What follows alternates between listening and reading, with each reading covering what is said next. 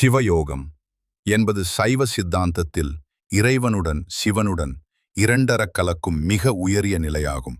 இது வெறும் உடல் பயிற்சியோ அல்லது மன ஒருமைப்பாடோ மட்டுமல்ல.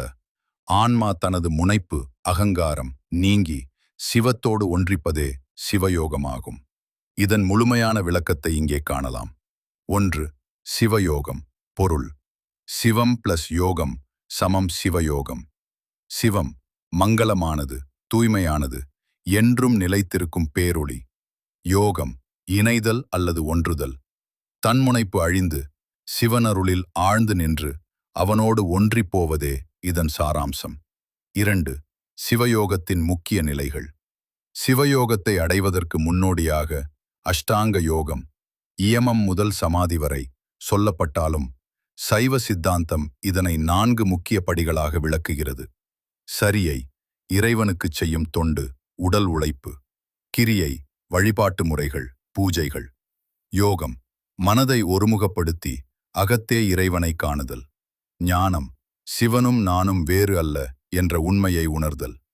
3. சிவயோகத்தின் அடிப்படை தத்துவங்கள். ஆன்ம சுத்தி: உயிர் தன்னை பற்றிய அறியாமையிலிருந்து ஆணவம், கண்மம், மாயை விடுபடுதல்.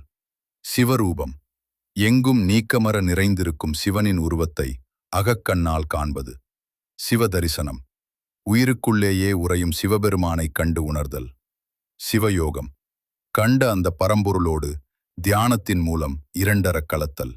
சிவபோகம்: இதுவே இறுதி நிலை. இதில் இன்பம் மட்டுமே இருக்கும். நான் என்ற எண்ணம் மறைந்து சிவம் மட்டுமே மிஞ்சும். 4. திருமூலர் கூறும் சிவயோகம். திருமந்திரத்தில் திருமூலர் சிவயோகத்தை பற்றி மிகத் தெளிவாக கூறுகிறார். தன்னை அறிய தனக்கொரு கேடில்லை. அதாவது, ஒருவன் தன்னை யாரென்று ஆன்மா அறிந்து கொண்டால் அவனுக்கு அழிவில்லை. தன்னை அறிந்தவன் தலைவனை, சிவனை அறிவான். இதுவே சிவயோகத்தின் ரகசியம். 5. சிவயோகத்தினால் கிடைக்கும் பயன்கள். மன அமைதி: அலைபாயும் மனம் அடங்கி பேரமைதி கிடைக்கும்.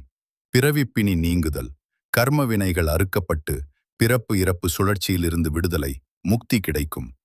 அட்டமா சித்திகள்: முறையான யோக பயிற்சியால் இயற்கையை கடந்த ஆற்றல்கள் சித்திக்கும்.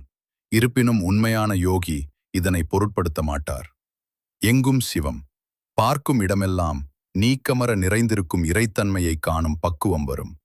சுருக்கமாக, சிவயோகம் என்பது சிவன் வேறு, நான் வேறு என்ற எண்ணத்தை ஒழித்து அவன் அருளாலே அவன் தாழ் வணங்கி அவனோடே கலந்து விடுவதாகும். இது ஒரு நாளில் நடப்பதல்ல.